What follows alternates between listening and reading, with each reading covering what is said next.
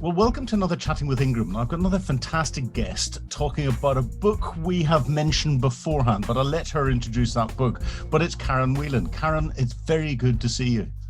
Thank you. Great for having me. Thank you so much.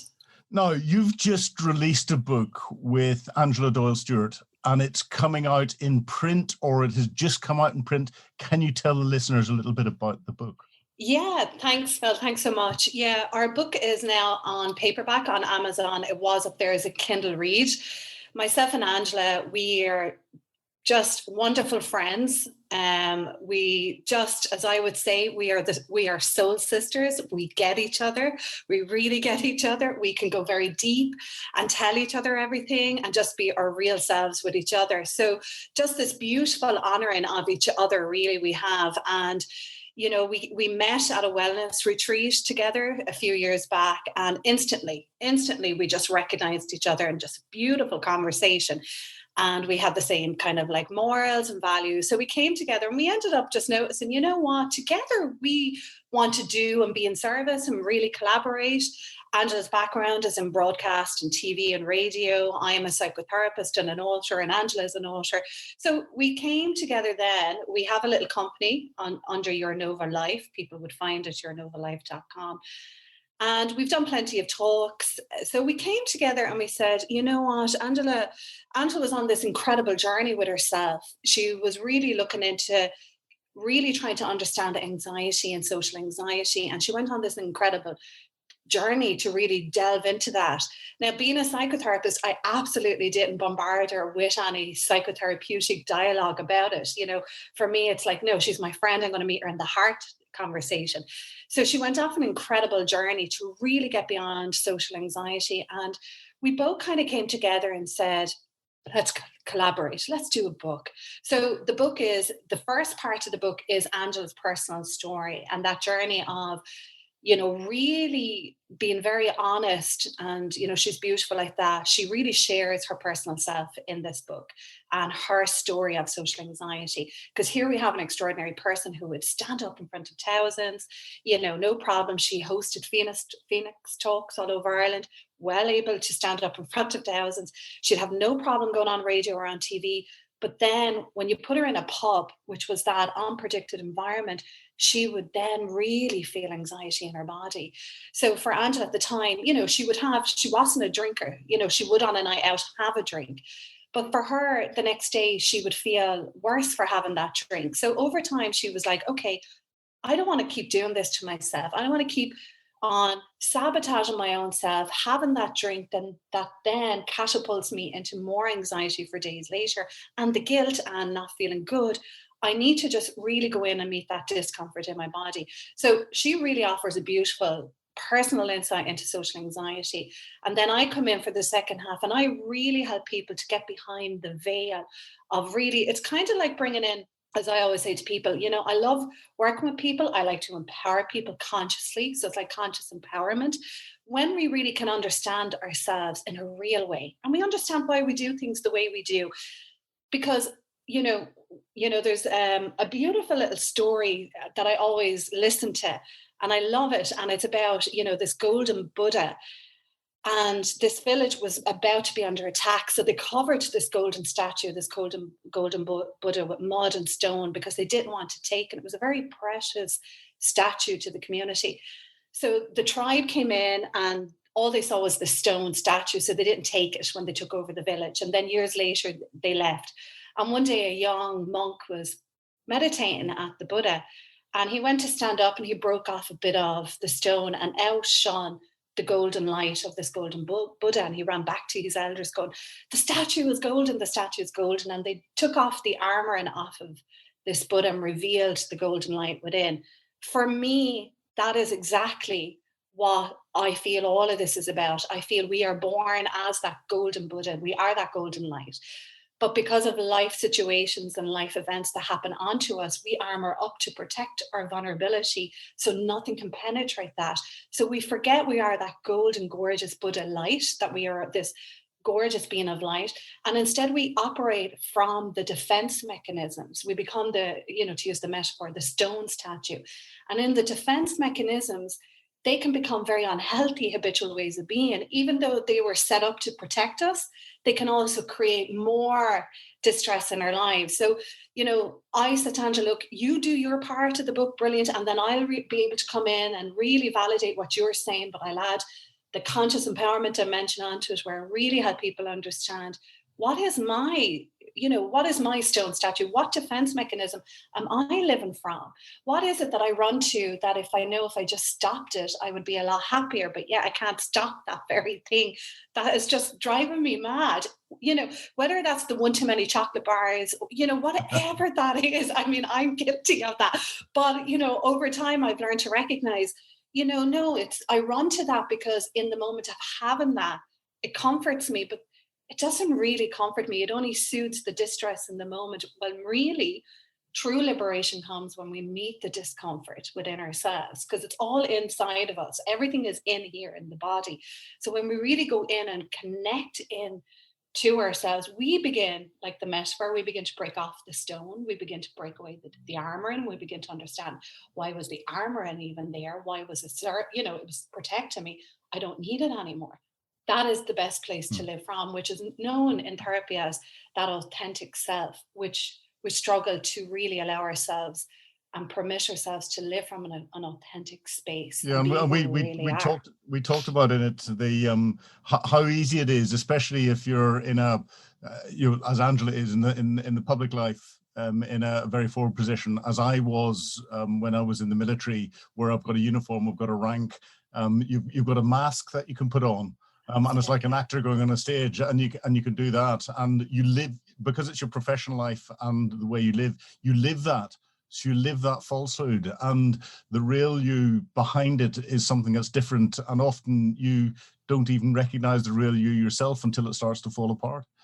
Absolutely. And that's known in many, if you were to look at all storytelling, it's known as the hero's journey. It's that unfolding and unbecoming, as I wrote in other books, that unbecoming to become. And for me, it's like, and I only know too well, in truth, that fear of being who we are and living through that authentic expression of who we are. Because over time, we have learned that who I am, I'm afraid to be who I am, because who I am might not be good enough. Therefore, I'm going to reject it in me because others have. So I'm going to reject it too, because I want that connection with people. I want it. We are born for attachment. Attachment is so important for our survival. Once we have a secure attachment, we begin to thrive. So you can imagine with little kids, they learn it very young. Oh, you're playing the game wrong. You're stupid. You look silly. I mean, right there is the coding of who you are is not enough. Then when you internalize that and you listen to that and you believe that to be the truth, you will reject inside of yourself that aspect of your own self, just because you want the validation from your peers and from the people around you. And like what you said, even in a job, in a role, we put on that facade, we become that role. To fulfill that role. But it's like, is that role really who we are? And I very fortunately, but unfortunately in another way, I have really met that on my life's path, where life came in and totally broke down what I thought was me, that version of me, to wake me up and to recognize, and this is not who you are at all. This is not you. Yeah. Now, before we go back and look at that, the book that you've published is called Sunday Morning Cure, No More Hangxiety. Fantastic. Yeah. It's, but getting to that, you've had that painful journey. As I went through mine, I described to people, now I've got proper me back. Now, proper me is a different me to the person that there was before I started to suffer and before I fell apart completely. Yeah. But it's proper me. I know who I am and I know where I fit, and that's great. And I think you could probably describe that you've got proper you back. But how did you get in that journey? Oh, ouch. Yay. In truth, and I'll be so real about that. Life took me there. If the minute we're born, our parents are our teachers. Then, our school becomes the next environment to teach us. Our community is there to teach us. Everything is there to teach us. People are always coming into our lives. I always say that, they're a lesson or a blessing, but they're here to really teach you something about yourself, even if you don't like the connection you've had with that person.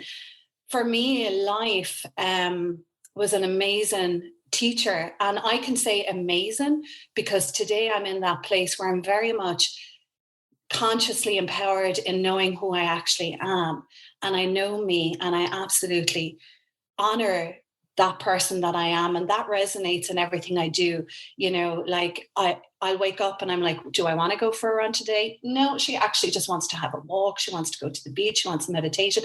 I honor everything about me. It's before I would chase something outside of myself, or I'd ring 10 friends when I had something I had to figure out. I was so disempowered to myself. I couldn't even think for myself.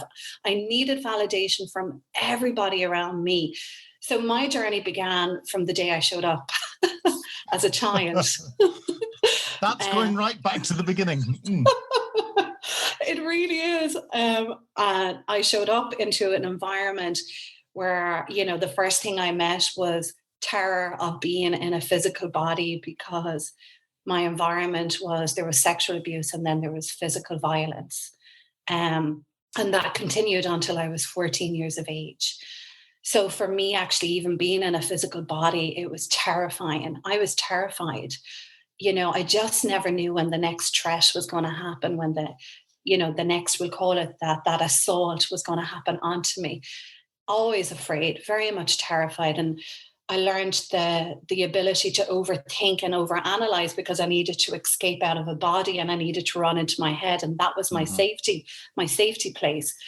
However, very interestingly as well, there was the duality. There was this part of me that was terrified, and yet there was this part of me that felt very deeply connected. The innocence in me felt so in love with life. And I would spend hours on my back just connecting with the clouds, as we do, make shapes out of the clouds, and just really feel like, as you see a baby with a teddy bear, they really believe the teddy bear has a life force within it, and they have a deep connection to it.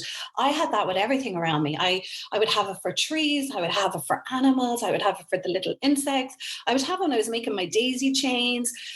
I was so connected into the life force of everything around me. So there was a part of me that felt very safe in the world, that the world out there was very safe, but the world inside here in the body was terrifying for me to be in. So there was that duality. And then at 14, now I can look back and recognize, oh my goodness, I was such a very brave person. I didn't realize it back then. But at 14, I made a very brave choice. I recognized that in order to stop what was happening to me, I needed to speak up and I needed to speak out. And that was terrifying, because prior to that, nothing in me had that understanding that I could take power and I could end the abuse that was happening to me. I never thought like that before. And society at the time, what talking out, and you're a child. Children talking out, especially in Ireland, is not something that is expected, is normally done, and people will sit and listen to. No, and I remember even the day, when I was getting to that place where I just had enough. I hated what was happening to me. I was really starting to hate. And unfortunately, I was beginning to really hate Karen because of what I was experiencing. And the day I spoke out, and this is the truth, I was only 14. I ended up going off and getting stoned. Imagine that at 14. I went off and smoked hash at the time with my friend. And, she just said it to me very strongly. I'll never forget it. Even when you think of the little wisdom of a 14-year-old, she said to me, then why don't you do something about it? And that never dawned on me, that I actually could do something about my situation, because I was so disempowered. I felt this person owned me. So there was no sense of me. I was objectified. I was an object. I didn't have access to what I thought was my own power. And, I did. And I was, I can even feel the coldness in my body when I connect back to that moment, walking through the social workers building, the fear that I was saturated in, this fear of, what if they don't believe me? What if I'm sent away? What if I'm punished? The fear of, what if I say this and nobody believes me? I'm going to be in trouble. I was so afraid. I remember trembling sitting outside while my friend went in, because it was her social worker. And she went in to speak. And then the social worker called me in. And like, I'll never forget that moment when I even spoke it into existence, the words, you know, that I am being sexually abused. I'll never forget it. And just watching her body to see where is it going to land in her, how's she going to react to me. She was wonderful. She had a very kind reaction to me. And she came with me, and then there was the disclosure of it into my family, and then my family not knowing how to handle this, nobody knowing what to do with it. And as a result of the grown-ups in my life not knowing what to do with it, I began to internalize, I'm a problem because of me. I'm creating suffering to everyone. And that became so bad for me. At one point, I ended up constantly fighting with my family. The rage would come out. I needed a lot of connection. I needed a lot of love. But my defense, the statue in me, moved into a position where I became so hurt and angry that every action I did actually created separation rather than connection. So I was creating the opposite. So I was actually kind of, you could say, revalidating and reconfirming back to myself that I don't matter through my actions, but not recognizing that I was actually doing it through my actions as well. So I moved in with my grandmother, and I loved that. You know, it was like sitting on the feet at this beautiful old woman, and she would share stories from her timeline. And she was a chain smoker, and she would just put out a cigarette and then she'd light up another one, and she'd give me the end of cigarette. So I loved it. I was like, oh, I love that she's allowing me to smoke. Oh my God, when I think about it. That was common practice among so many places in Ireland. I know, the storytelling, the sitting by the fire, listening to the stories, and then here, you can have the end of my cigarette. You know, I loved her. But I just remember staring into her wrinkled face and just be in awe of this gorgeous grandmother. And then I'd climb into the bed with her and go sleep with her, and my world felt safe and I felt I belonged somewhere.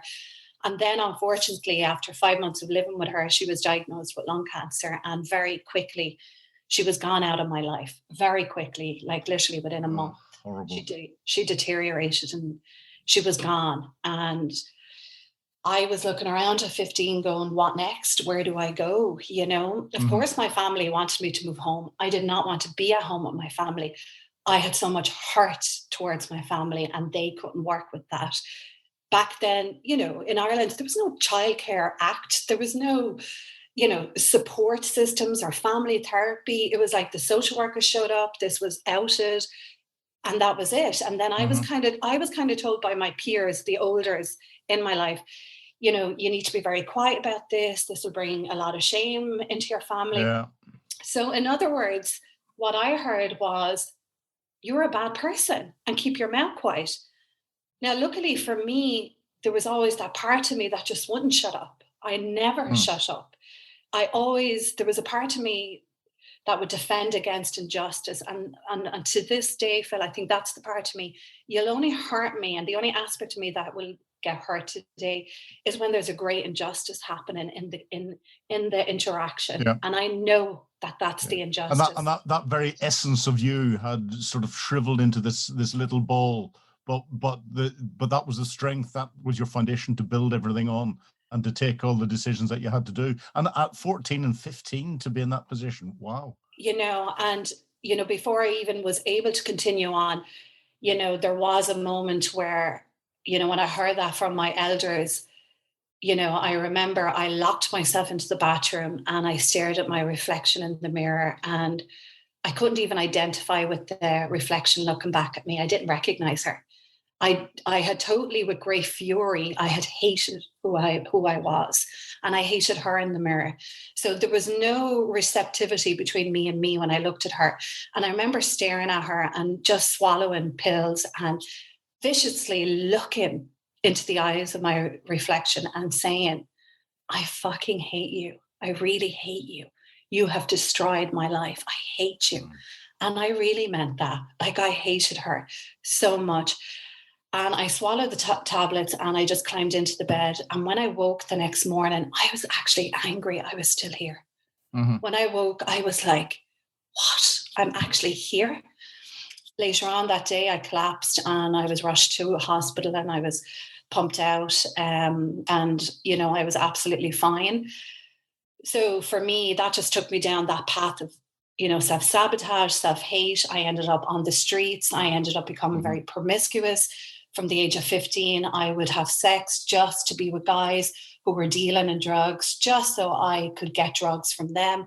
And I just objectified myself. I went into the real extreme end of objectifying my own self and resenting myself as a person, and had no compassion for my own humanity. Just did not like anything about her.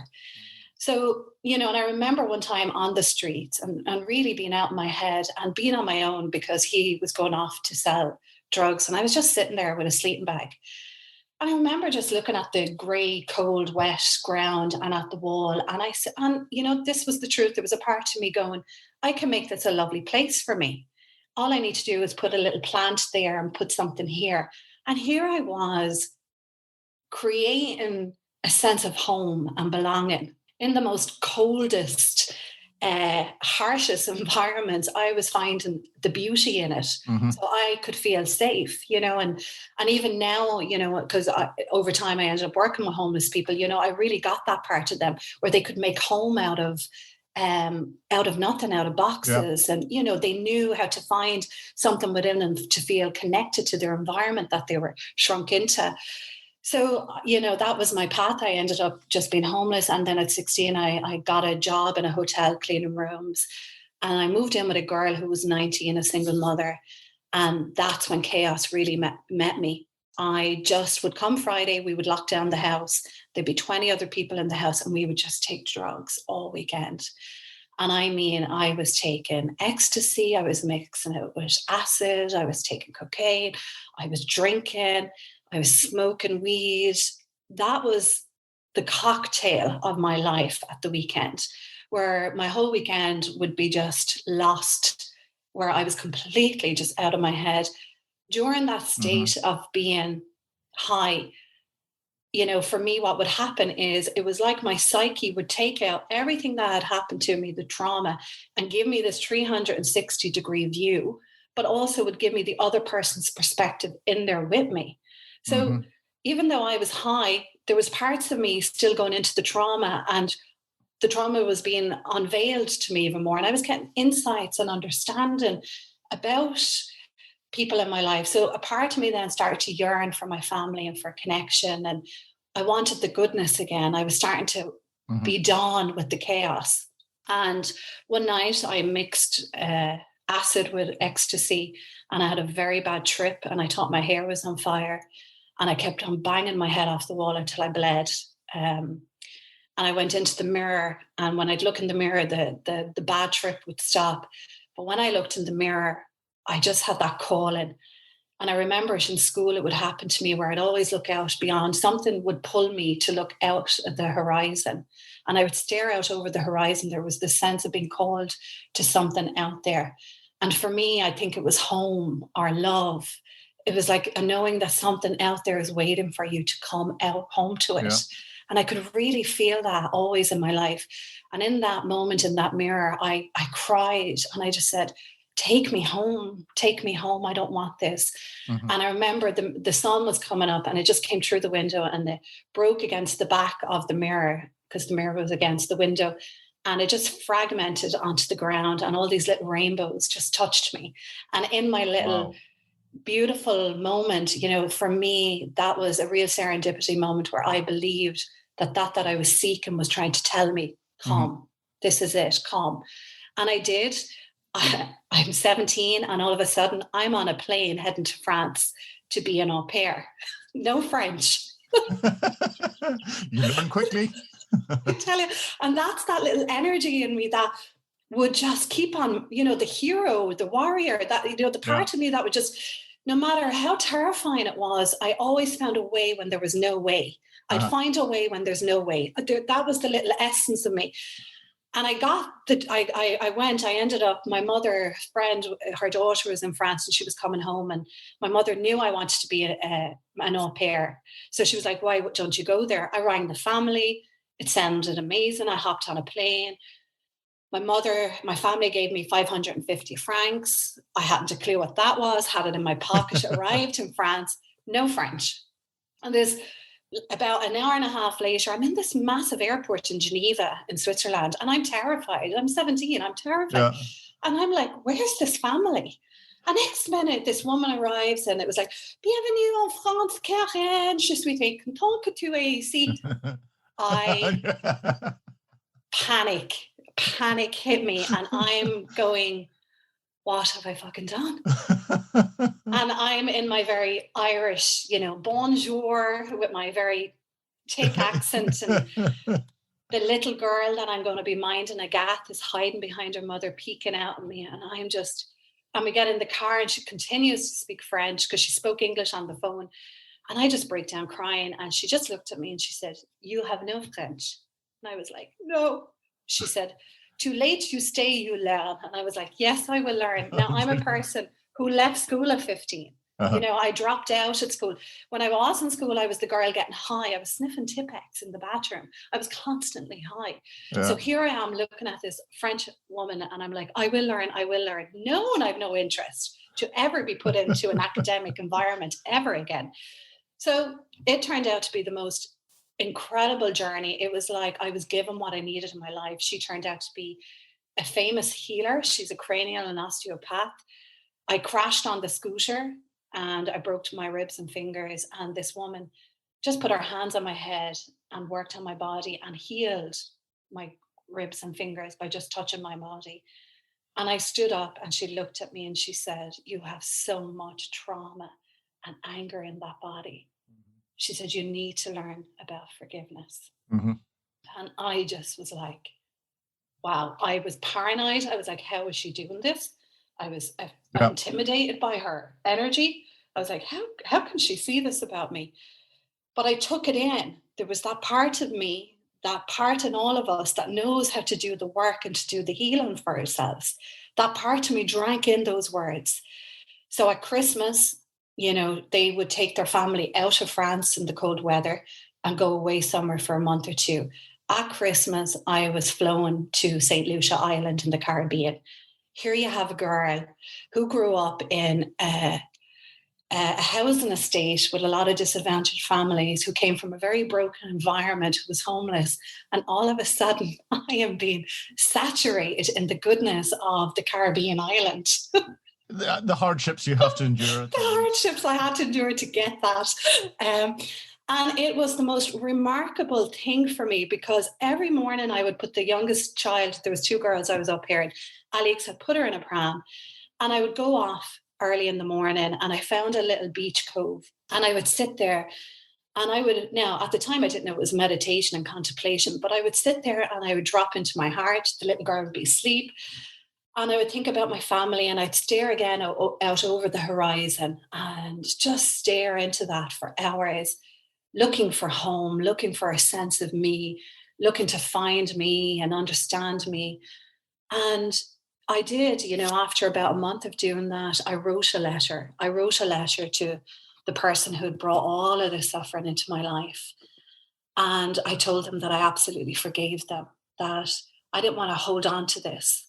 I recognized by being with my anger and being with it, I was actually holding on to hate. Mm-hmm. And I didn't want that energy in me anymore. It was given to me because of what had happened to me. I just didn't want my body holding on to it. I was done hating. Yep. It was holding me back. It was holding me back from healing. I was now in a very loving environment. I was safe. I was away from my friends and drugs. I was now in this gorgeous au pair family that were a healthy family living in a very beautiful part of France. I had a bedroom with a balcony, 3rd floor up, looking out at Mont Blanc and the Alps every morning. I was in a very rich, vibrant, full of abundance around me and love, and I could feel life loving me.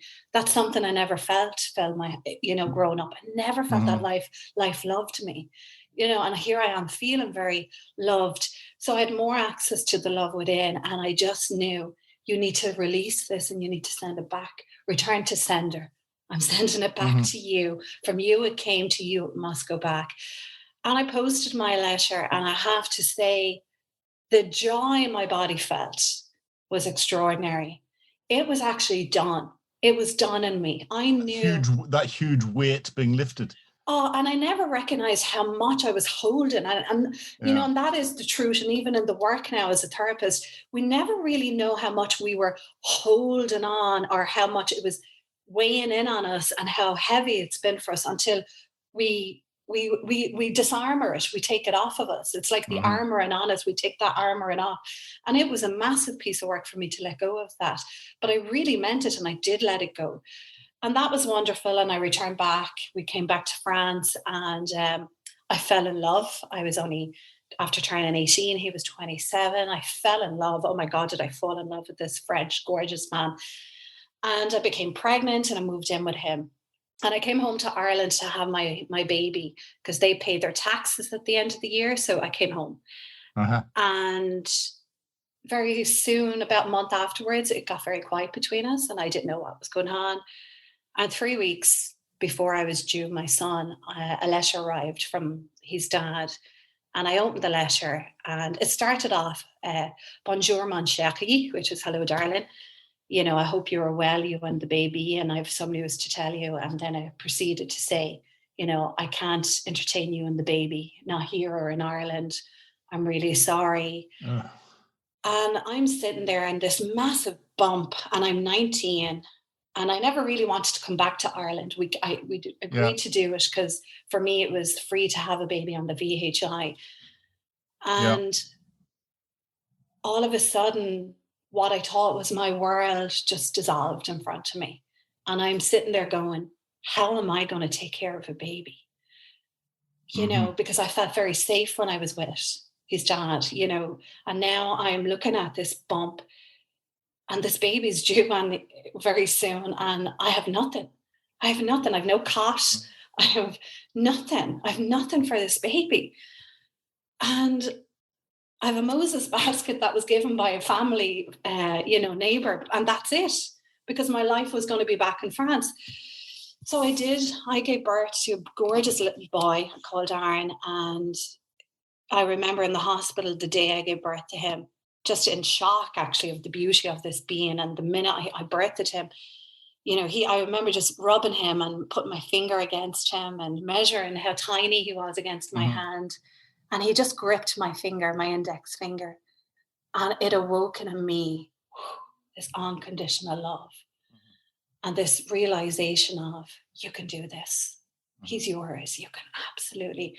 And you're going to really give to him that was not being given to you. Yeah. And I knew this and I knew I'd do it and I knew I'd be okay. So I moved in on my own. 19, I got a house and you know, I lived with him, with my son on my own. And then, you know, when he was about 1.5, depression started to really creep in. He would go to bed at 7. That was his bedtime routine. And I would be sitting alone in the world on my doorstep. Yeah. And I just felt like life was going on without me. And I want part of life out there again. And it brought up the old abandonment feelings and I'm not good enough. And, you know, I'm on my own and I only deserve that. And I began to really think about suicide. And I began to think about, you know, I don't want to leave my baby behind. I don't want him growing up asking, why did this happen? So I began to really plan it around taking him with me. And leaving the earth with my son. And that plan started to become fixated in my mind and started to become a very serious plan and a real plan. And, you know, what happened was I went to a medical checkup in work. So I told him, you know, that I was suicidal and I was having suicidal ideation. And he put me in a car and took me straight away to see a therapist. And, you know, I'm 21 and that's the very first time I'm sitting in a chair and I reveal my soul to another person. And it was the beauty and how they held me in that space and the safety of that space. And I began to really begin, and that was the first beginning of unarmoring myself. If we go back to the metaphor, taking the stone off of the golden Buddha. Yeah. And as a result of doing the work in therapy at 21, I began to sit with the person who had caused so much abuse in my life and who had hurt me. And I began having these incredible dialogues with this person, really making them accountable and getting them to stay in the space with me and asking them, like, why me? Why would you do this to me? And the person then was able to really go into the story. They were able to show their remorse to me, which is what I needed for healing. I needed to know that something about this person knew this was wrong. And they did. And it was very real and it was very authentic in them. And then I learned about them and I learned about their life. And it hit me. It was a real soul's recognition of another soul sitting across from me. It was a real understanding that they are so broken from their own trauma in childhood, and they have carried that pattern of trauma onto you. And I knew in that moment, I'm not carrying that into my lifeline, into my kid's life. I get to now, it's come through an intergenerational line. It's now stopping with me. I get to stop it. And I get to heal in me the parts of me that I don't end up in a relationship that's abusive or that will affect me or my child in any way. So I really realized, at 21, I get to really heal this for my family's bloodline. And I didn't even know about concepts of intergenerational line and how patterns get carried over. I had no idea of this. I just had this knowing of, I need to do this in a real way for my children, for my son at the time. And I did, and everything changed. And I let go of my job and I decided I am given to me something I want, and I want to go back to college. The impact of being in such an amazing family in France really showed me the possibility of life and what could be out there for you if you say yes to it. And if you're brave enough to take a leap of faith and jump into the unknown over and over again. So I decided, okay, and everyone was like, how are you going to go to college? You didn't do a leaving cert. Nobody could understand this. Nobody in my family had even gone to college, so they couldn't get this. And they believed it was to do, no, don't you need to be really intelligent? And I just shrugged it all off. And I was like, I'm doing this. I just knew I was doing it. You couldn't talk that out of me. There was that real light in me going, and this is the and a piece of paper isn't a sign of intelligence. So it doesn't matter whether you've got your leaving cert or anything else. It's, the intelligence is there. And, the piece in this that I love, it's like when you're on a path and it's the path for you, nothing can take that from you. There's a motivation in you that knows this is the way. This is the way. And I did, and I threw myself into college.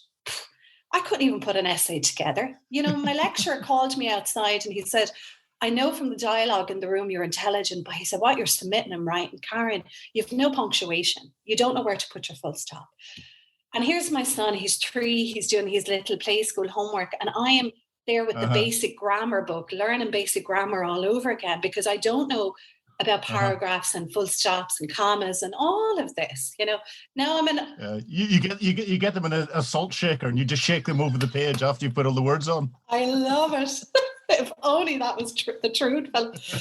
So I threw myself in. I threw myself into college and I fell in love with college. I fell in love with college life, and I did 10 consecutive years. And I trained then as a psychotherapist. And that's then when I had finished my training as a psychotherapist, we moved. I met my daughter's dad and I was in a relationship with him, and I had Fia when I was in college, breastfeeding and doing my dissertation. And oh my God, when I think of the things I did to myself as well, the pressure, I must love pressure. But we moved out to the countryside, and I've never lived in a countryside. And I remember when I lived there, I just had so much space around me and all this creative energy started to come up. Yeah. And I began writing my first book. And I wrote my first book unaware that I was actually really writing it from a place of wanting to be seen. I never felt seen as a child because of what happened. I never felt seen. And my story was never allowed to be told when I was a teenager. I had to keep it quiet. So this book for me, when I wrote the first book called Come Home to Yourself, it was an important book. And I would go into a bookshop in my town, and I would sit there every Friday and I would just channel this book and it would pour out of me. And I knew for me, this is my way of healing that part of me that wanted to be seen, that needed to be seen. So a part of me needed to really go back into the story, tell it from a healed position with the conscious awareness that I have, and also write about the most painful of emotions, put language onto the most painful of feelings that people are terrified to meet within themselves. That if you language it for people and they read it in your story, they can apply it to their own story within, and it becomes their language for their own soul. And in that is healing. And I knew this, so I became my first book is a very raw detail. It doesn't go into the nitty gritty of abuse, but it's a raw detail of pain and suffering and suicide, and the story I shared, really. So I wrote that, and I put my name in Irish on it, Karen Whelan, because I wanted to kind of protect my own anonymity. Well, life had a better laugh at that, and my grandmother used to say that, and I'm not, overtly religious, but I am spiritual in a way. She used to say, give God a laugh, tell him your plan. She'd always say that to me, and I started to, now I get that. So my plan was to put this book out there, but, nobody would know about it locally. At the time, I was being badly bullied in my place of work. And it was done very cleverly. People would bully me, but anyone else come into the office, they change their atmosphere, their character, their persona. So nobody witnessed anything happening to me, and I had no evidence. Yeah, and how common is that? It's frighteningly common across the workplace and many other places. And it is. And what happened for me was, it invoked in me that little girl who hated to be wrong, who didn't like doing things wrong, and who always felt she was wrong, even though I wasn't. So even in that, it's funny how life will keep giving you the old programs to see, can you cop on here? Are you catching on to this? And it's the trigger. It triggers everything that's gone on beforehand. Again, and brings it all back into today, and it's terrible. But to see, can you consciously cop it and give to yourself what you couldn't give all along, to break the program and heal it? In work, I didn't see it as that. I didn't see life as being my real teacher and the lessons. When I was being bullied, I ran into that place and wanting to be liked, and I would buy coffee for them, and I would try and not manipulate, but my agenda was to get them to like me in order to be safe in my place of work. Yeah. But the bullying went on for 2 years, and then when I put my book out there, they actually rang social services to identify who it was who had committed the abuse. Even though we had dealt with this over 25 years ago, they took the bullying into my personal life, and triggered such a triggering. Now, for me today, and in that time, I understood the catalyst that was happening here. It was almost like my childhood story had to come up so everyone in my family could meet it again from where they were today, and that they could take a piece away and heal it that they couldn't heal back then, because they didn't have the tools or the emotional maturity. Mm-hmm. Unfortunately, there was a baby that my parents and my family were minding because of heroin. We had a beautiful niece. And because of the allegation that went in, it ended up being that I had to hand over my niece. She was 2. She was with us since she was born. Mm-hmm. I had to hand her over in a car park. And to try and strap a 2-year-old into a car seat. And they're screaming, and she was screaming, and she was trying to climb into me and hold on to me. And, out of everything, that was my triggering. Yeah. Here in the car, the social workers pull off with that child, and her screams, becoming faint as they got further away from me. Mm-hmm. That haunted me that night. I didn't sleep. I couldn't sleep. My partner had left me because he couldn't cope with the exposure of the book. Everything was falling apart. I was still being bullied in work, and I just couldn't cope. And I remember the next day getting in the car and just getting angry with life, going, what the fuck are you doing to me? Why fucking me? And I was really angry, and I closed my eyes and put my foot down on the pedal, because I just said, if you don't want me here on this planet, if this is the shit I'm going to have to deal with, take me fucking out. And I wasn't suicidal. I was angry. It was like, you know what? Yeah. I'm done with this. I'm done with this matrix. I'm done with this fucking bullshit. I want out. I want out. So my way of saying I want out was, foot down, close my eyes. But I just heard the strongest voice saying, wake up, come home. And I opened my eyes, and there was cows up on the footpath on the road ahead of me. I stopped the car, got out, and I vomited everywhere. And then all of a sudden it was like, when the dryer has been going on in the background for too long and Yeah. you didn't realize it was noisy until it stops. Yeah. That's what happened. All of my suffering just stopped and my mind went so quiet and I went very still. I was looking for the suffering inside, going, where is this pain? The pain was gone. That night I had this profound dream. And the dream was I was actually consciousness traveling through space with collective consciousness. And it showed me my life's path. It showed me Earth and it showed me what I was coming in to do. And it says, now you know what you're here for. And I woke up and for 8 days, I couldn't eat. I couldn't sleep. Words couldn't come out my mouth. I just cried. A friend moved in to mind the space. She was brilliant with the kids. She was able to say, your mother's just having an awakening. She's okay. She's okay. Mm-hmm. And inside of me, I was shown everything about myself and why I was this version of myself that I was, and how none of it had anything to do with who I actually am. It was always about making it right for other people. I'm that person that if you're suffering, I will abandon myself and run into your world and take care of you in there and neglect anything going on in my world. That was who I was. I was the people pleaser. I was the clown on the night out, because if people laughed at me, I felt they wanted me, and it just showed me how none of that had to do with me. It had gotten to do with, let's call it the stone statue. Mm-hmm. It gotten to do with the aspect of me that I had created out of, because who I am is not okay. So I'm going to create this version of me. Yeah. And because I was living out of a false, now not intentionally, but a false self, life couldn't give me what it needed to give me that was an honoring of the true me.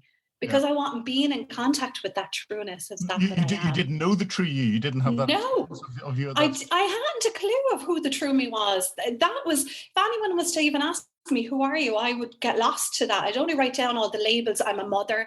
I'm a student. Who was I? I had no idea. So this grip of silence gripped me, and this knowing that I needed to always to be in silence. To find my nature, I needed to know the power of that. And I started to go away to what's called Mount Mellery in Ireland, where there's Benedictine monks. And I would go there on these retreats and I would sit alone in silence for 3 days. And I'd come out and I'd go back up a month later, and I'd come out and I'd go back up. And then I'd find myself going out to the beach and just sitting. And all of a sudden, chasing ambition, wanting materialism, wanting the status quo meant fucking nothing to me. To my very rich friends, I must have looked like I was a head case falling apart. But really inside, I was falling back in together with the truth of who I was. And it was the most profound. And it's very lonely because nobody can see it going on in you. But the peace that you can get from nature and from learning about who you are and understanding yourself is undescribable for people who haven't been through that. Even for me sitting at that beach, I would sit just, on a little bench staring at the beach. The beauty, what happened was simplicity became the most profound experience in my life. Yeah. Watching the wave unfold on the beach, watching people walk on the beach, dogs in their play, simplicity had more richness to it than what I thought was rich. Everything else was meaningless and empty. Then all of a sudden, being with that, I began to feel into my own simplicity within. I started to really feel into the heart energy of who I was. And once I started to know that, you can't take me away from that. That is me. And I love that now, because the place, and that's, and I wrote my second book, The Journey Home, from this place that I'm talking about today, and I remember my son captured it brilliantly for me one day out walking when he said, "In a fabulous life called you in as you." And I was like, "Go on." He said, "Well, you're not after coming in as a tree or a bird, as a dog. Life called you in so it could express itself as a Karen and really feel itself through you." And he said, "Your only permission is to self-permit." Yeah. And when he said self-permit, I was like, "You little fecker. My whole life I've been seeking permission from the extern." And from people in it. Yeah, wow. But that's why you had him, to give you that lens, to give you that phrase, that to bring it all together. And I sat in that, I only need to self-permit. And that made me realize that I'm terrified of my own light. I'm terrified to see the golden Buddha within. I'm Yeah. terrified to meet the power of that I am, that we all are. Yeah. And now that I've accessed it, the beauty of that it brings into my world is phenomenal, and the beauty it brings into the work with my clients is the minute you sit across from me as a client, I already see that golden aspect of you. And I know the programming that's in the way of you that blocks you from seeing it. So now the work for me has moved away from, we'll say, talking therapy into transformational body work. And it's not long-term therapy. I don't stay with it. It's not long-term therapy because now I can get into the heart of it with a person. And I love that. I love that. And I love getting them to come home to themselves through the work, and it's just wonderful. Yeah, Wonderful. you've got that personal lived experience, so you can see a lot of things that I suspect a lot of your clients can't see in themselves because they haven't gone through that journey yet, and you're in a position to help them get through that journey because you've been there, seen it, done it, and suffered it. Look, life is brilliant. Life will communicate to you in whispers. If you're not listening to the whisper, it's knock hard on your door.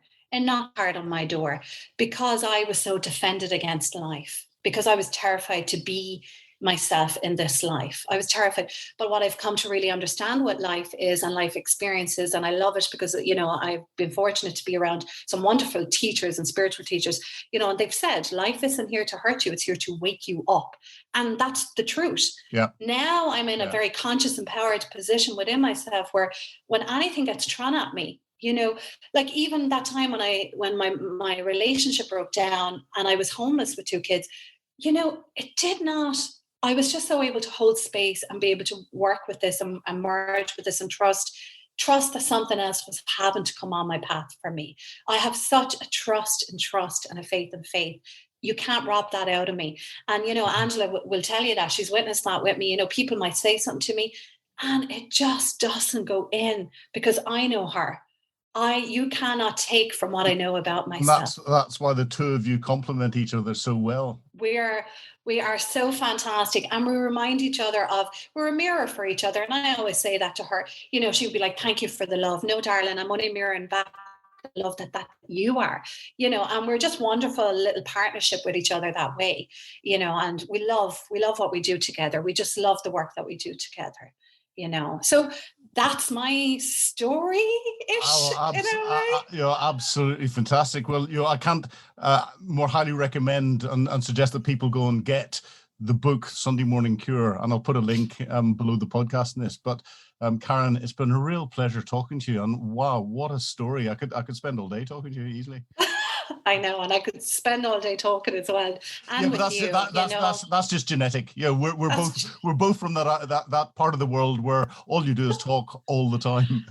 I know, and in respect to you as well. But it's lovely to speak with somebody who knows this wisdom and knows this in a real way and knows the impact of knowing this and how it brings so much healing and benefit into your life when you're here with it.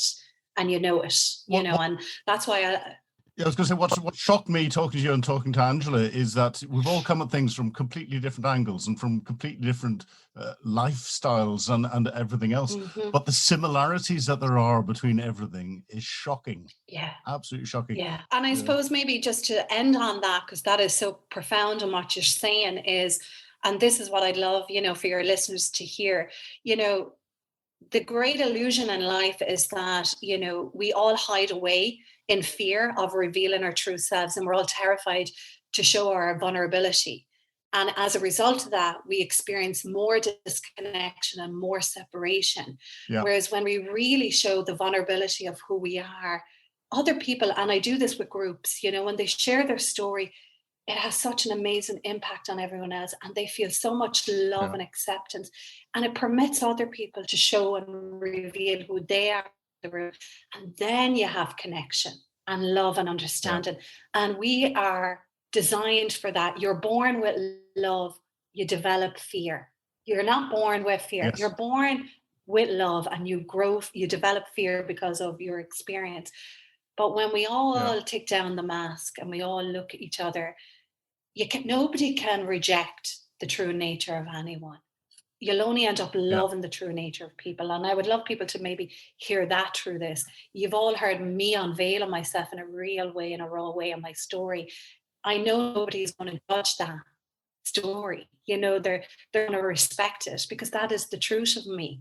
And the minute we share ourselves in the room and we share the truth of ourselves, nobody rejects that. So it's beautiful what you said. We all have different life experiences, but when we come together and we share the truth of ourselves, the love that comes out of that and the acceptance is profound.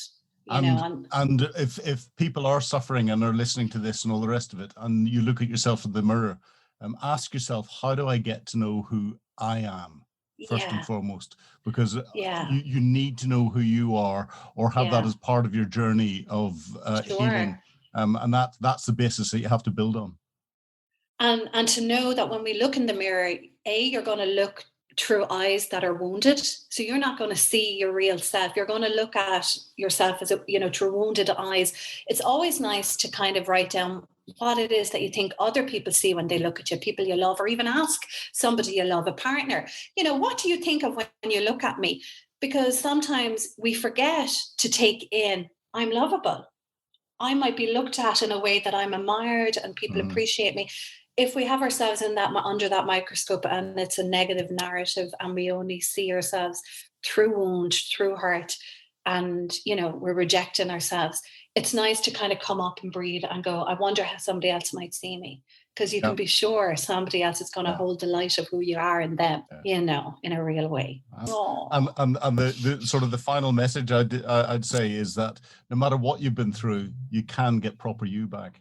And it's all right. It's all right not to be all right at times. Oh my God, I get days where I'm not okay, and I'll ring Angela and I'm like, oh my God, I call it the death and rebirth, the dark night of the soul. Angela, I'm here eating 2 chocolate Easter eggs. I'm so fucking not coping, and we laugh at that, but only I do that 2? Now. Yeah, only 2. Okay, maybe 3. But we do that now where I can allow it to happen, and I'm not angry or I'm not trying to fix it. It's just an emotion that once you relate to it and you mind it, it goes away by itself. So I just accept that I'm a spectrum of colors, that I'm wonderful and I'm batty all at the same time, but in the best possible ways. It's just being human.